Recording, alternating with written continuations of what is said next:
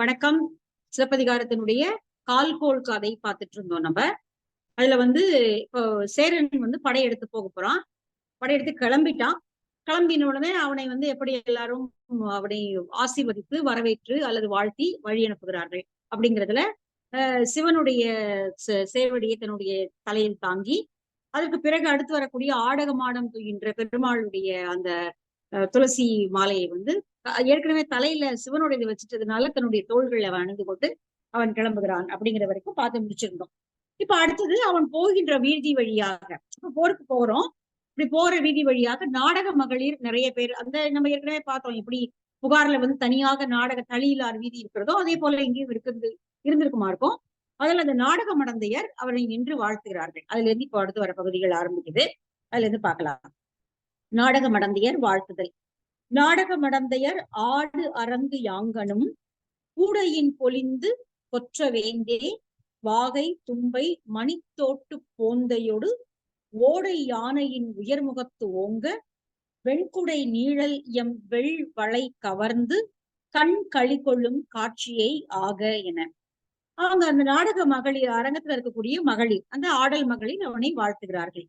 கூடையின் பொலிந்து, கூடையின் அப்படின்னா கை இரண்டையும் குவித்து, அவன் வீதியில சேரன் சென்று போகிறான். அவர்கள் அந்த மாடத்தில் இருந்தோ அல்லது அந்த ஆடு அரங்கத்தினுடைய வாயில் இருந்தோ அவனை வாழ்த்தும் போது இரண்டு கைகளையும் குவித்து வணக்கம் சொல்லி வாழ்த்துகிறார்கள். அது கூடையின் பொலிந்து கொற்ற வேந்தே, வேந்தனே வாகை தும்பை மணித்தோட்டு போந்தை. மணித்தோட்டு போந்தைனா சற்று கருமையான இதழ்களை உடைய பணம்பூ மாலை, சேரர்களுக்குரியது பணம்பூ மாலை.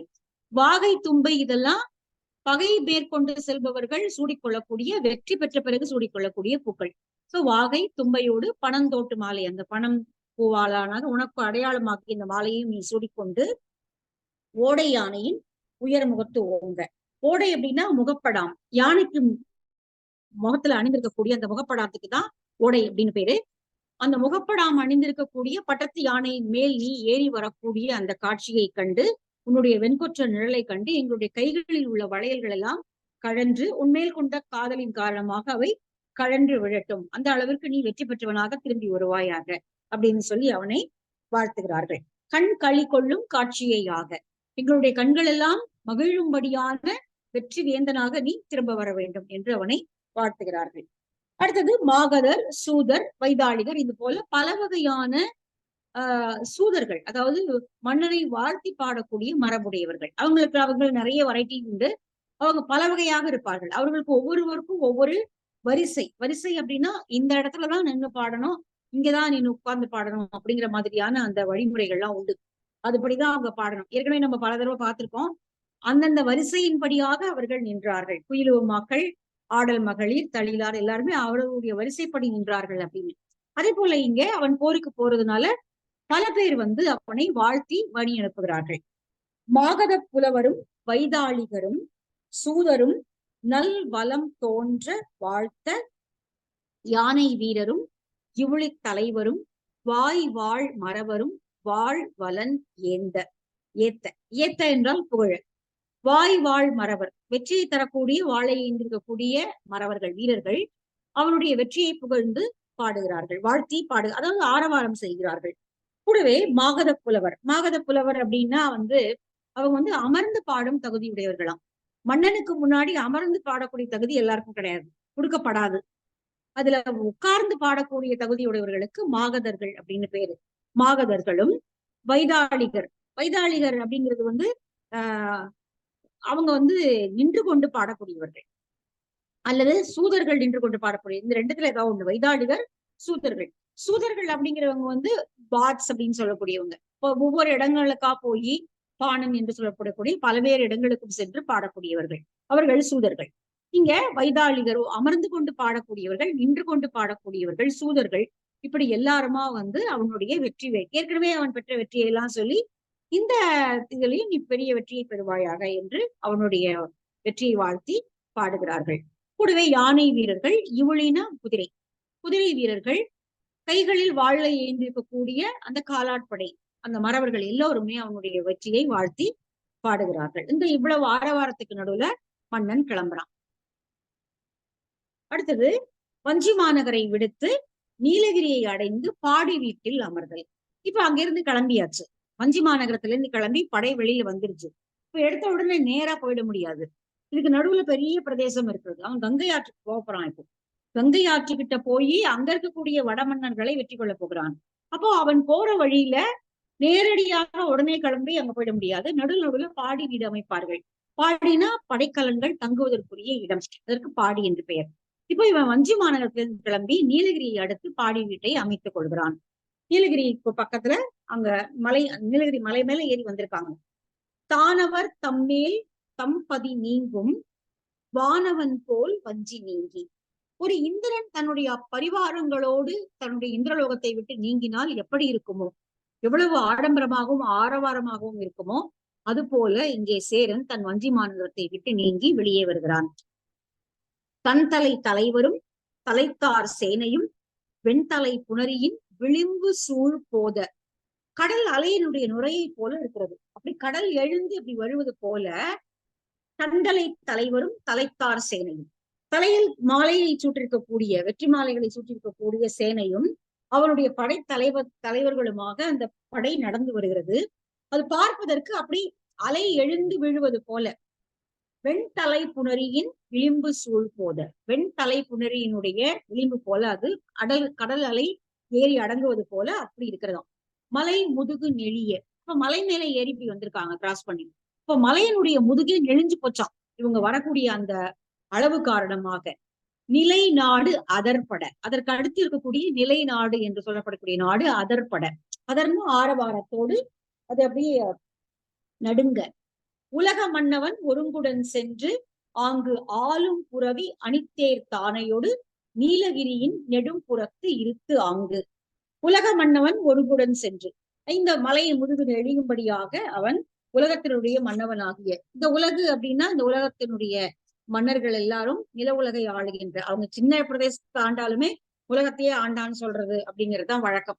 சின்ன சைதாப்பட்ட அளவுக்கு ஒரு நாடு ஆட்டிருப்பான், ஆனா அவன் உலகையே ஆண்டவனாக அவர்கள் புலவர்கள் பாடுவார்கள். இங்கே உலக மன்னவன் ஒருங்குடன் சென்று ஆங்கு ஆளும் புறவி அணித்தேர் தானையோடு. ஆளும் புறவி ஆரவாரிக்கின்ற குதிரைப்படையோடு அழகிய தேர்ப்படை, இந்த ஆகிய எல்லா படைகளும் அங்கே வந்து நிற்கின்றன. அங்கே நீலகிரியினுடைய மலையினுடைய நெடிய பக்கத்துல வந்து அவன் பாடி வீடு எடுத்து தன்னுடைய பெரிய படையோடு வந்து தங்குகிறான். அடுத்தது என்னெல்லாம் அங்க இருந்தது அப்படின்னு சொல்றாரு. ஆடு இயல் யானையும் தேரும் மாவும் பீடு கேழு மரவரும் பிறழா காப்பின் பாடி இருக்கை பகல் வெய்யோந்தன் இரு நில மடந்தைக்கு திருவடி அளித்து ஆங்கு அருந்திரல் மாக்கள் அடியடி ஏத்த பெரும் பேர் அமளி ஏறிய பின்னர். அங்கேயும் ராஜா உட்காருவதற்குரிய ஆசனத்தை கொண்டு வந்திருக்கிறார்கள் கூடவே. ஏன்னா அவன் எப்பவுமே குதிரையிலும் யானையிலும் வர முடியாது இல்லையா, அவன் அமர வேண்டும். எங்கேயாவது வந்து பாடி வீட்டுல வந்து அவன் அமரணும். அப்போ அவனுடைய அமளி அங்க இருக்கிற சிங்காசனம் மாதிரி இருக்காது. ஆனால் ஒரு ராஜா அமர்வதற்குரிய தகுதியோடு இருக்கக்கூடிய அந்த அந்த கட்டிலையோ அல்லது நாற்காலியோ அவர்கள் கொண்டு வந்திருக்கிறார்கள். அதன் மேல் இப்பொழுது அவன் அமருகிறான். இருநில மடந்தைக்கு திருவடி அளித்து. இவ்வளவு நேரம் யானையில ஏறி வந்தான் இல்லையா, இப்ப அவனுடைய கால்கள் நிலத்தில் படுகின்றன. நிலமடந்தை அவனுக்கு உரியவள். அதனால நிலமடந்தை அவனை தொட்டு தீண்டும்படியாக தன்னுடைய பாதங்களை அவன் நிலமடந்தையின் மேல் வைக்கிறான். அதுக்கு யானையில இருந்து இறங்கி கீழே இறங்கி அவன் போய் அவனுடைய நாற்காலியில அமர்கிறான். அவ்வளவுதான், வேற ஒண்ணும் இல்லை. இருநில மடந்தைக்கு திருவடி அளித்து தன்னுடைய தனக்குரியவளாகிய நிலமடந்தைக்கு தன்னுடைய பாதங்களை அளித்து அவன் அந்த அமளினா இங்க வந்து ஆசனத்துல போய் அமர்கிறான். அத பாடி வீடுல என்னெல்லாம் இருக்கு அப்படின்னா, ஆடு இயல் யானையும். ரொம்ப அழகா சொல்லியிருக்காரு இந்த இடத்த. ஆடு இயல் யானை. யானை சும்மாவே நிக்காது, அப்படி ரெண்டு பக்கமா ஆடிட்டே இருக்கும். அப்படியே நிற்கும் போதே அப்படியே ஆடும், ரெண்டு பக்கமும் அப்படி காத்தாடி நொடுங்குற மாதிரி ஆடிட்டே இருக்கும் அப்படியே. அதனால ஆடு இயல் யானை. வேற எந்த மிருகமும் அப்படி ஆடி நான் பார்த்தது இல்ல. நாய் வந்து சும்மா உட்காராது, அது அப்படியே ஓடிட்டே இருக்கும். இங்க இருந்து அதுக்கு வந்து அழகா கீரை அழகா சொல்லுவார். அதை இங்கே இருந்து தெரு 2 வரைக்கும் ஓடும். அப்படி போய் அப்படி ரெண்டு பக்கம் திரும்பி பார்க்கும். அப்படி திருப்பி திருப்பி தெருமுக்குக்கே வரும். கொஞ்ச நேரம் அங்க உட்காந்து திருப்பி போகும். ஒன்னும் வேற வேலை ஒண்ணும் இருக்காது, சும்மா ஓடி போயிட்டு வர்றது. அதுக்கு பேர் லொக்கோட்டம் அப்படின்னு சொல்லி கீரை அழுதுவார். லொக்கோட்டமா அதுக்கு பேர். சும்மா ஹாப்பிங் மாதிரி போயிட்டு வர்றது. ஊர் பக்கம் எல்லாம் பழமொழி சொல்லுவாங்க, எங்க ப்ரொஃபசர் அடிக்கடி சொல்லுவாங்க. அதை யாராவது இப்படி போயிட்டு வந்தாங்கன்னா, என்னடி இவ நாய்க்கு வேலை இல்லை, நிக்க நேரம் இல்லை மாதிரி உலாத்துறாளே எப்படி அப்படின்னு. அதனால ஆனா இங்க வந்து யானை, ஆடு இயல் யானை. யானை அப்படி ஆடிட்டே இருக்கும். ஆடு இயல் யானை, தேர், மான இங்க குதிரை, இது பீடுகேழு மறவர். இது எல்லாவற்றையும் சேர்த்து பிறழா காப்பீடு. இந்த பாடி வீட்டுக்கும் நல்ல பலத்த காவல் போடப்பட்டிருக்கிறது. இப்படிப்பட்ட பாடி வீட்டுல வந்து அவன் தங்குகிறான். படைகள் ஒரு இடத்தில் தங்கி இருக்கின்றன. அப்ப பல பேர் அவன் கிளம்பிட்டான் அப்படிங்கிற செய்தி ஏற்கனவே பறையர் வச்சு சொல்லியாச்சு. செய்தி நாலா பக்கமும் பரவி போயிருக்கும். இப்போ அவன் நீலகிரி வந்து தங்கின உடனேயே அந்த சுற்று வட்டாரத்தில் இருக்கக்கூடிய மன்னர்கள் தங்களுடைய தூதர்களை அனுப்புகிறார்கள். அனுப்பி என்ன விஷயம்னு சொல்லி கேட்கறதுக்கும், நீ எதுக்கு போனோம் இவ்வளவு தூரம், நீ சொல்லியிருந்தா நாங்களே போவோமே அப்படின்னு சொல்றதற்காகவும், அவனுக்கு பல்வேறு வகையான திரை பொருட்களை வழங்கி அவனை கௌரவிப்பதற்காகவும், வேற என்ன உதவி வேண்டும் என்று கேட்பதற்காகவும் பல தேசங்களில் இருந்தும் மன்னர்கள் வந்து அங்கு குழுகிறார்கள். அதுதான் அடுத்து வரக்கூடிய பகுதிகள் சொல்லுகின்றன. இயங்கு படை அறவத்து ஈண்டு ஒலி இசைப்ப விசும்பு இயங்கு முனிவர் வியல் நிலம் ஆளும் இந்திர திருவனை காண்பதும் என்றே அந்தரத்து இழிந்து ஆங்கு அரசு விலங்கு அவையத்து மின் ஒளி மயக்கும் மேனியோடு தோன்ற மன்னவன் எழுந்து வணங்கி நின்றோனை. அப்போ வானத்தின் வழியாக சில முனிவர்கள் செல்கிறார்கள். வானத்திலே செல்லக்கூடியவர்கள் விஞ்சையர்கள், கந்தர்வர்கள், இவர்களுக்கெல்லாம் வானத்திலேயே அப்படி போகக்கூடிய இது உண்டு அப்படின்னு சொல்லுவாங்க. இங்க இமயமலையிலிருந்து பொதிகை மலையை நோக்கி வந்திருக்கக்கூடிய சில முனிவர்கள் அப்ப அந்த வழியா வானத்துல போயிட்டு இருக்காங்க. வான் வழியாகவே போகிறார்கள். அப்ப கீழே இந்த ஆரவாரம் இந்த இதெல்லாம் பார்த்த உடனே அப்ப அவங்களுக்கு என்ன நடக்குது அப்படின்னு யோசிக்கும் போது, ஓ மன்னவன் இங்க சேரன் விட்டுவன் இங்க வந்திருக்கான் அப்படிங்கிறது தெரியுது. உடனே அவங்க மேல இருந்து கீழே இறங்கி வராங்க. அவங்களுடைய மேனி மின் போன ஒளி வீசுகிறது. தவத்தில் சிறந்தவர்கள் என்பதனால அவர்களுடைய மேனி ஒளி வீசுவதாக இருக்கிறது. அவங்க இறங்கி வந்து இந்திரனை போன்றிருப்பவனாகிய இவனை நாம் பார்த்து விட்டு செல்லலாம் என்று இறங்கி வருகிறார்கள். அவனை பார்த்து மன்னவன் வணங்குகிறான். அதுதான் இந்த பகுதி. இயங்கு படை அறவத்து ஈண்டு ஒளி இசைப்ப. அது பெரிய படை அங்க தங்கி இருக்குன்னா நேச்சுரலாவே அவ்வளவு பெரிய சத்தம் ஆரவாரம் கேட்கும்.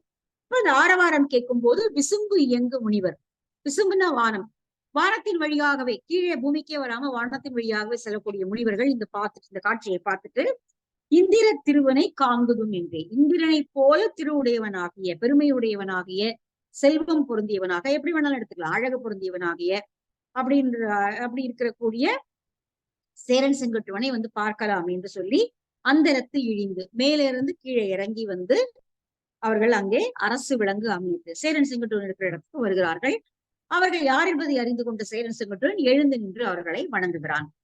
முனிவர்கள் சில வார்த்தைகளை அவனுக்கு சொல்கிறார்கள். நீ இங்க இருந்து உன்னுடைய கருத்து இது, நீ இதுக்காக தான் வடநாட்டுக்கு போற, அங்க போய் படையெடுக்க போகிறாய்.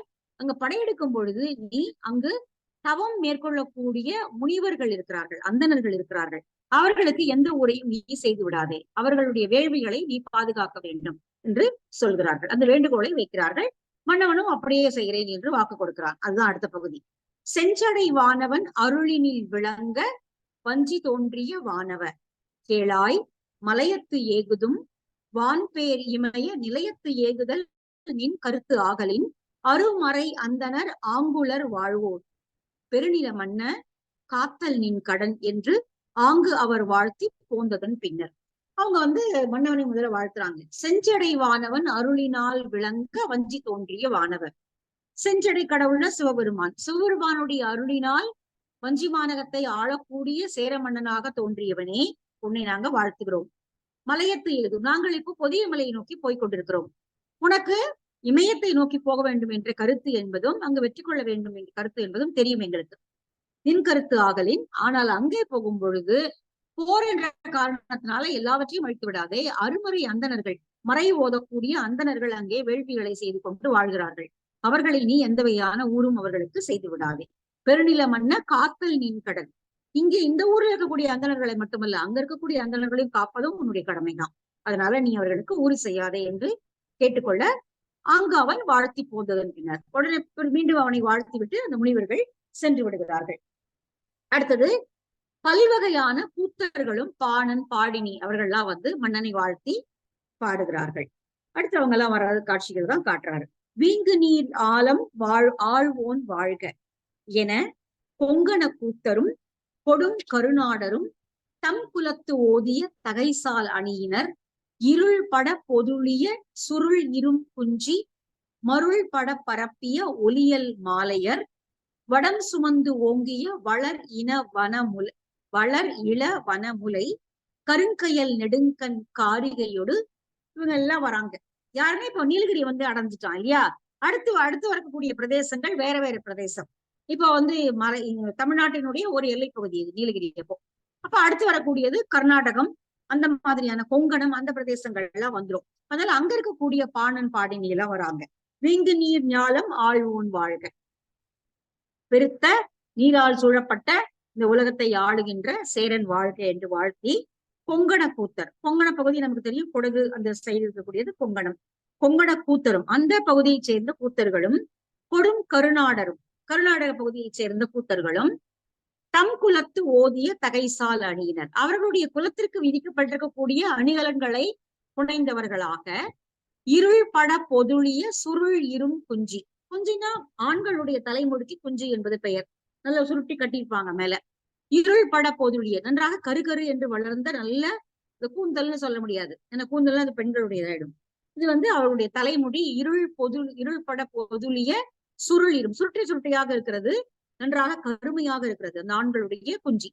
அருள் பட பரப்பிய ஒலியல் மாலையர், ஒலியல்னா தழைத்த தழை மலர்களால் கட்டப்பட்ட மாலைகளை தங்களுடைய தலைமுடியில் அவர்கள் அணிந்திருக்கிறார்கள். அந்த அவர்கள் எப்படி கோலம் கொள்ள வேண்டுமோ அந்த அளவு அந்த மாதிரி கோலம் கொண்டிருக்கிறார்கள்.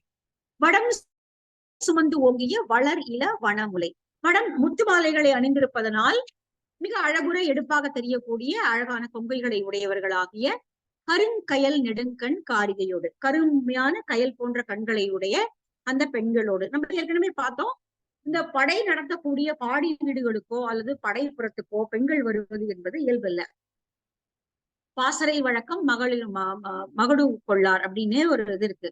அப்போ வந்து பாசறைகளுக்கு பெண்கள் போற வழக்கம் கிடையாது. ஆனால் பாடினியர், விரலியர், இந்த கூத்தி அந்த மாதிரியான பெண்கள் போகலாம். அவர்கள் போய் பாடி அவர்களை மகிழ்விப்பதற்காகவும் சில பல சேவைகளை இவர்களுக்கு செய்வதற்காகவும் அவங்க போவாங்க. அதனால இந்த பெண்கள் எல்லாம் பாடி பாசறைகளுக்கெல்லாம் அனுமதி உண்டு இந்த பெண்களுக்கெல்லாம். சோ இந்த பெண்கள் அங்க போய் ஆடல்களை ஆடி பாடி அவனை வாழ்த்துகிறார்கள்.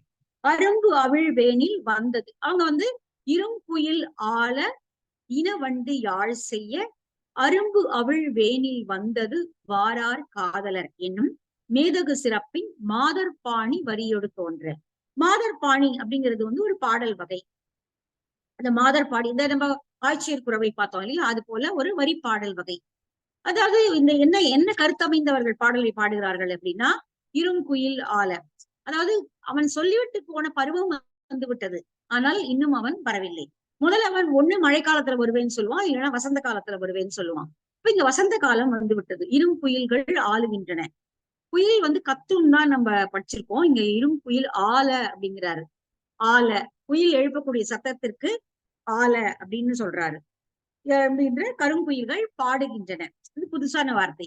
குயில் ஆல இனவண்டு யாழ் செய்ய, இனமாக இருக்கக்கூடிய வண்டுகள் யாழ் மீட்டுவதை போல ரீங்கரிக்கின்றன.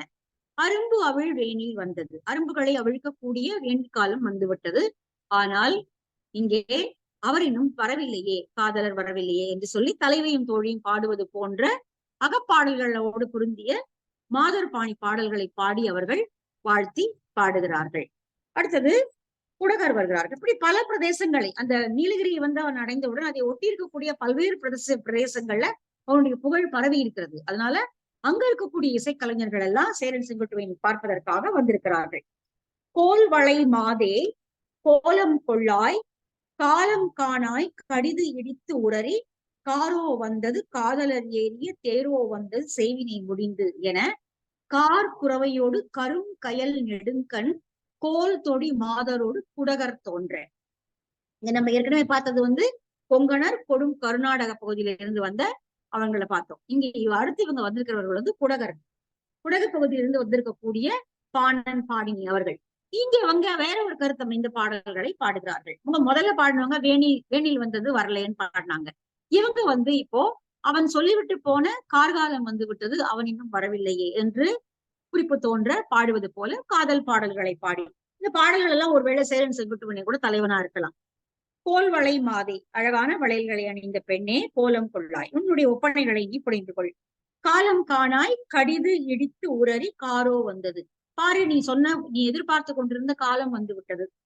கார்காலத்தில் வருவேன் என்று சொன்னால் கார்காலம் வந்து விட்டது, அவன் காதலன் ஏறி இருக்கக்கூடிய தேரும் வந்து விட்டது, அதனால நீ உன்னை ஒப்பனை புனைந்து கொள் என்று சொல்லி கார் புறவையோடு, இவர்கள் கார் பருவத்தை பிரிவாற்றமையோடு இருக்கக்கூடியதை பாடக்கூடிய அந்த புறவையோடு கருங்கையல் நெடுங்கண் போல் தொடி மாதரோடு குடகர் தோன்று, அங்கும் பெண்கள் வருகிறார்கள். கருங்கையல் போல நெடுங்கண்களை உடையவர்களாகிய தொடி வளையல்களை அணிந்த பெண்களோடு குடகர்கள் வந்து அவனை வாழ்த்தி பாடுகிறார்கள். இவர்கள் எல்லாம் கூத்தர்கள், கூத்து மரபுல வரவங்க. அடுத்து தாழ்த்தரு கோலத்து தமரோடு சிறந்து வாழ்வினை முடித்து மரவாழ் வேந்தன் ஊழி வாழி என ஓவர் தோன்ற. ஓவர் அப்படின்னா ஏத்தாளர் அப்படின்னு கொடுக்கிறார் பொருள். ஏத்தாளர்னா என்னன்னு தெரியல, வேற எங்கேயாவது இருக்கான்னு பார்க்கலாம். ஏத்தாளர் அப்படிங்கிறது ஒரு பிரிவு, மன்னனை பாடக்கூடியவர்கள். இங்க இவர்கள் கண்டோர் மனம் மகிழும்படியாக ஒப்பனையோடு சிறந்து மகளிரோடு, அவர்களுடைய மகளிரோடு அவர்கள் வருகிறார்கள். வந்து வாழ்வினை முடித்து மரவாழ் வேந்தன் ஊழி வாழி, இந்த ஊழிக்காலம் முடியவட்டும் அவன் வெற்றி வேந்தனாக போரில் வெற்றி கொண்டு வாழட்டும் என்று சொல்லி அவனை வாழ்த்தி ஓவர் அப்படின்னு கொடுக்குறாரு. இதுக்கு ஏத்தாளர் அப்படிங்கிற மீனிங் கொடுத்திருக்காரு இங்க சரவணனுடைய இதுல. ஏத்துதல், ஏத்துதல்னா போற்றி பாடுதல். அப்ப ஏத்தாளர்னா போற்றி பாடுபவர்கள். கூத்தர்ல வேறு வகையாக அவர்கள் இருக்கலாம். சோ இவங்க எல்லாம் வந்து பாடுகிறார்கள். அப்ப கொடுங்கருநாடகர், குடகர், குங்கணர், ஏத்தாளர் இவர்கள் எல்லாம் வரிசையா தன்னுடைய பெண்களோடு வந்து பாடி அவனை வாழ்த்துகிறார்கள். அவர்கள் இதுவரைக்கும் பார்த்து வாங்கின பரிசுகளிலேயே இதுதான் மிக உயர்ந்த பரிசு என்று சொல்லும்படியான மிகப்பெரிய பரிசுகளை சேரன் செங்குட்டுவன் அவர்களுக்கு வழங்கி அவர்களை அனுப்பி வைக்கிறான்.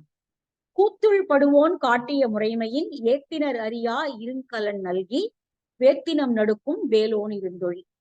வேத்தினம் நடுக்கும் வேலோன், வேத்தினம் என்றால் இங்க அவனோடு நட்பு கொள்ளாத பகையரசர்கள், பகையரசர்கள் நடுங்கும்படியாக வெற்றி உடையவனாகிய சேரன் கூத்துள் படுவோன் காட்டிய முறைமையும், கூத்து அவங்க எல்லாம் வந்து என்ன முறைப்படி ஆடணுமோ அப்படிலாம் ஆடி பாடினாங்க. ஏத்தினர் அறியா இருங்கடல் நல்கி, இதுவரைக்கும் அவர்கள் பார்த்தே அறியாத அளவிற்கு கலன்களை, மிகப்பெரிய அணிகலன்களையும் பரிசுகளையும் அவர்களுக்கு அவன் வாரி வழங்குகிறான். இப்படி வணங்கி இப்படி அவன் இருக்கிற சமயத்துல சஞ்சயன் என்கின்ற பெயருடைய ஒரு தூதுவன், அவன் அந்த பக்கத்துல இருக்கிற அண்டை நாட்டு அரசர்களுடைய தூதுவன், அவன் வந்து பல்வேறு வகையான திரைப்பொருட்களை எடுத்துக்கொண்டு மன்னவனை பார்ப்பதற்காக வருகிறான். அடுத்து வரக்கூடியது வந்து அந்த பகுதி தான். சஞ்சயன் முதலானோர் வந்து அவனை பாக்குறாங்க. டைம் இருக்கா? இருக்கு, சரி. சஞ்சயன் வர்றது மட்டும் பாத்துருவோம், அப்புறம் மீதி இருக்கிறது இன்னும் ஒரு கிளாஸ்ல முடிச்சிடலாம். நாடக மகளிர் ஈர் 50 நாடக மகளிர் ஈர் 50 ஈர் 50 100 102 பேர் வராங்க நாடக மகளிர். கூடு இசை குயிலுவர் 280 208 பேர். கூடு இசை குயிலுவர், குயிலுவ கருவிகளாகிய தோற்கருவிகளையும் துளைக்கருவிகளையும் வாசிக்கக்கூடியவர்கள் 208 பேர் வராங்க. 96 அறுவகை பாசண்டத்துறை நன்னிய நூற்றுவர் நகை வேழம்பரும். பாசண்டத்துறை அப்படின்னா தர்க்க ரீதியாக பேசி நகைச்சுவை கருத்துக்களை சொல்லக்கூடிய நகை வேழம்பர்கள். நகை வேழம்பர்கள் வந்து நகைச்சுவையாக பேசுவார்கள், ஆனா அவர்களுக்கு ஒன்றும் தெரியாதுன்னு கிடையாது. அவர்கள் தர்க்கம் இதெல்லாவற்றையும் நன்றாக வாசித்து உணர்ந்தவர்களாக இருப்பார்கள். அதுதான் சொல்றாரு இங்க. 96 வகையிலான சாத்திரங்களை பயின்றவர்களாகிய பாசண்டத்துறை என்று சொல்லப்படக்கூடிய தர்க்கங்களை பயின்றவர்களாகிய நன்னிய நூற்றுவர் நகை வேழம்பர்கள் 100 பேருக்கு மேல வராங்க. நகைச்சுவையாளர்கள் 100 பேர் வராங்க. கொடுஞ்சி நெடுந்தேர் 50 இரட்டியும். கொடுஞ்சி நெடுந்தேர், கொடுஞ்சி அப்படின்னா அந்த தாமரை மொக்கு போல இருக்கக்கூடிய பிடிகளை வைத்த தேர்கள், அதுக்குதான் கொடுஞ்சி. அப்படின்னா இந்த பிரேக் போடுறதுக்கு ஒரு இடம் இருக்கும் இல்லையா, அது பிடிச்சுக்கிறதுக்கு ஒரு இடம் இருக்கும், அதுக்குதான் கொடுஞ்சின்னு பேரு. தேர்ல இருக்கக்கூடிய அந்த ஒரு பகுதி, அது ஒரு உறுப்பு. அந்த தாமரை போல இந்த கொடுஞ்சி அமையப்பட்ட தேர்கள் கிட்டத்தட்ட 52 அப்போ 50 × 2 100 தேர்களுக்கு மேல அவங்க கொண்டு வராங்க. அடுத்தது கடுங்களி யானை ஓர் 500. அடேங்கப்பா, கடுங்களி யானை, மதம் பொருந்திய போர் செய்யக்கூடிய யானைகள் ஒரு 500 கொண்டு வருகிறார்கள். 5000 பொய் உலை புறவியும். 5000 × 2 10,000 புறவிகள் பொய் உலை, நன்றாக அந்த பிடரிமையில் கத்திரித்து விடப்பட்ட போர் தொழிலை பழகக்கூடிய குதிரைப்படை, குதிரைகளை கொண்டு வந்து கொடுக்கிறார்கள். எய்யா வடவனத்து 20,000 கண்ணெழுத்து படுத்தன கைப்புனை சகடம். கைப்புனை சகடம், சகடம்னா வண்டி. கண்ணெழுத்து படுத்தன, எழுதி இதுல இது எழுதி வச்சிருக்குன்னு சொல்லி எழுதி லிஸ்ட் ஒட்டிருக்காங்க. அந்த மாதிரி 10,000, 10,000னா 10,000, 10,000, 20,000 வண்டிகள்ல பொருள்கள் வந்து இறங்குறோம், கப்பமாக வந்து இறங்குகின்றன. கண்ணெழுத்து படுத்தன கைப்புனை சகடம், 20,000 வண்டிகள்ல பொருள்கள் வந்து இறங்குகின்றன. இவன் அங்கிருந்து கிளம்பி வஞ்சி மாநகரத்துக்கு வந்து பறை அறிவிச்சுட்டு உடனே கிளம்பி வந்துட்டான் இல்லையா. ரொம்ப ஷார்ட் பீரியட் தான், ரொம்ப பெரிய பீரியட் கூட எடுத்துக்கல, டைம் கூட எடுத்துக்கல. ஆனா அவ்வளவு ஷார்ட் பீரியட்ல இவ்வளவு பொருள்களை சேகரித்து அவர்கள் அனுப்பி வைக்கிறார்கள். எய்யா வடவனத்து, இந்த பக்கம் கிடைக்காது, வடவனத்துல மட்டும்தான் கிடைக்கக்கூடிய மிக அரிய வகை பொருட்கள் 20,000 வண்டிகள்ல வந்து இறங்குது. சஞ்சயன் முதலா தலைக்கீடு பெற்ற கஞ்சுக முதல்வர் ஈர் 500 வரும். ஈர் 500னா 500 × 2 1000 பேர். சஞ்சயன் முதலா தலைக்கீடு பெற்ற, தலைக்கீடு அப்படின்னா மன்னவனால் தகுதி வழங்கப்பெற்ற. மன்னவன் சில பேருக்கு தகுதி வழங்குவான், வாணிக குலத்துல யாரா இருந்தாலும், வைசியர் இப்படி யாரா இருந்தாலும் அவர்கள். அப்படி மன்னவனால் தலைக்கீடு பெற்றவனாகிய கஞ்சுக முதல்வர். கஞ்சுகம்னா சட்டை போட்டுக்கிறது. அப்போ அந்த காலத்துல பாருங்களேன், சட்டை போட்டுக்கிறது அப்படிங்கிறது வந்து இயல்பான ஒண்ணு கிடையாது. எல்லாரும் சட்டை போட்டுக்க முடியாது. அரசனால் யார் மரியாதை கொடுக்கப்படுகிறார்களோ அல்லது இவர்களுக்கு இந்த மரியாதை கொடுக்கலாம் என்று அரசன் தீர்மானித்தால் அவங்கதான் மேல் சட்டை போட்டுக்க முடியும். நம்ம ஏற்கனவே இங்க பார்த்தோம், பொற்கொள்ளன், கோவலனை கொன்ற பொற்கொள்ளன், அவனும் மெய்ப்பை அணிந்த, அவன் சட்டை அணிந்தவனாக நூற்றுவர் பின்தொடர வருகிறான் அப்படின்னு கொடுத்திருந்தாரு. அப்ப சட்டை போட்டுக்கிறது அப்படிங்கிறது வந்து ஷர்ட் போட்டுக்கிறதோ அல்லது சட்டை மாதிரி ஏதாவது ஒரு அமைப்பு போட்டுக்கிறதோ அந்த காலத்துல இயல்பா எல்லாரும் போட்டுக்க முடியாது. அதுக்கு மன்னவன் கிட்ட இருந்து அதுக்கு அனுமதி வாங்கியிருக்கணும், அல்லது மன்னவன் அவர்களை போடுவதற்கான தகுதியை பரிசாக கொடுத்திருக்கணும். நீங்க போட்டுக்கலாம், சட்டை போட்டுக்கலாம் அப்படின்னு. அப்ப சட்டை போட்டிருந்தா அவன் மன்னவனுக்கு ஏதோ ஒரு வகையில அணுக்கமானவன் அப்படின்னு அர்த்தம். சட்டை போடல அப்படின்னா அவன் சாதாரணமான ஒரு பிரஜை, அவ்வளவுதான். அப்ப இங்க அதனாலதான் பர்டிகுலரா இளங்கோவடிகள் 2-3 இடத்துல சொல்றாரு. கஞ்சுக முதல்வர், கஞ்சுகம்னா சட்டை போட்டு கொண்டிருக்கக்கூடிய, அப்போ இவங்க எல்லாம் ரொம்ப இம்பார்ட்டன்ட் பீப்புள். யாரையும் கூட்டிட்டு வந்துடல, அவன் மன்னவனால தலைக்கீடு வழங்கப்பட்ட, அதுவும் இத்தனை பேர் சட்டை போட்டிருக்காங்க, சட்டை போட்டு இருக்கக்கூடிய 1000 பேரை கூட்டிட்டு வந்திருக்கான் இந்த சஞ்சயன். சேய் உயர் வில் கொடி செங்கோல் வேந்தே வாயிலோர் என வாயில் வந்து இசைப்ப. சேய் உயர் வில் கொடியை உடைய வெற்றி கொடியை இருக்கக்கூடிய மன்னவனே, இத்தனை பேரும் இவ்வளவு பேரும் வாசல்ல வந்து நிக்கிறாங்க உனக்காக. இவன் பாடி வீட்டுல வந்து தங்கியிருக்கான், அங்கேயும் வாயில் இருக்கிறது, மன்னவன் உட்கார்ந்து இருக்கிற இடத்துக்கு வெளியில வாயில் இருக்கிறது, அங்க வந்து இவர்கள் எல்லாம் உனக்காக காத்து கொண்டிருக்கிறார்கள் என்று வாயில் காப்பவன் வந்து உள்ள வந்து சொல்றான். உடனே மன்னவன் வந்து உள்ள எல்லாம் வர சொல்லு அப்படின்னு சொல்லி ஆணையிடுகிறான். நாடக மகளிரும் நலத்தகு மாக்களும் கூடு இசை குயிலுவ கருவியாளரும் சஞ்சயன் தன்னோடு வருகை இங்கு, எல்லாரையும் உள்ள கூட்டிட்டு வர சொல்லு, அவன் மட்டும் வர வேண்டாம், எல்லாரையும் உள்ள கூட்டிட்டு வர சொல்லு அப்படின்னு சொன்ன உடனே எல்லாரும் உள்ளே வருகிறார்கள். செங்கோல் வேந்தன் திருவிலங்கு அவையத்து, அந்த மன்னவன் எங்க இருந்தாலும் அந்த இடம் வந்து மன்னவன் உட்கார்ந்து இருக்கக்கூடிய இடம் தான், அதனால அது திருவிலங்கு அவையம். திருனா திருமகள், செல்வம் நிறைந்திருக்கக்கூடிய ஒரு இடம் தான். ஏன்னா நம்ம ஏற்கனவே பார்த்தோம், திருவுடை மன்னரை காணி திருமாலை கண்டேனே அப்படிங்கிறதுதான் பின்னாடி பக்தி இலக்கிய காலங்கள்ல சொல்லப்படக்கூடிய மரபு.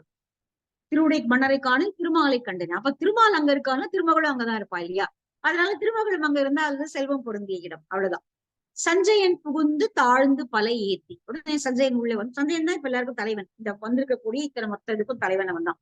அவன் வந்து ஆணையின் புகுந்த ஈர் 52 மான் வினையாளரை வகை பெற காட்டி, உள்ள வந்து சஞ்சயன் எல்லாரையும் வகை பெற காட்டி, இவரவர்கள் இப்படிப்பட்டவர்கள், இவரவர்களுக்கு இந்த தகுதி உண்டு, திறமை உண்டு என்று சொல்லி அவர்கள் எல்லாம் அறிமுகப்படுத்துகிறான். சேரன் செங்குட்டுவனுக்கு முறையாக அவர்களை அறிமுகப்படுத்துகிறான்.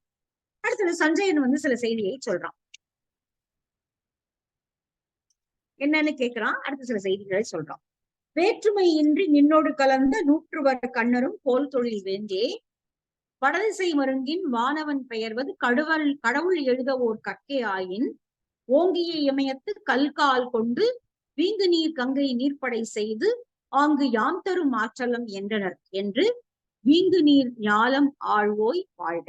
இந்த உலகத்தை ஆளக்கூடிய அரசனை வாழ்வாயாக.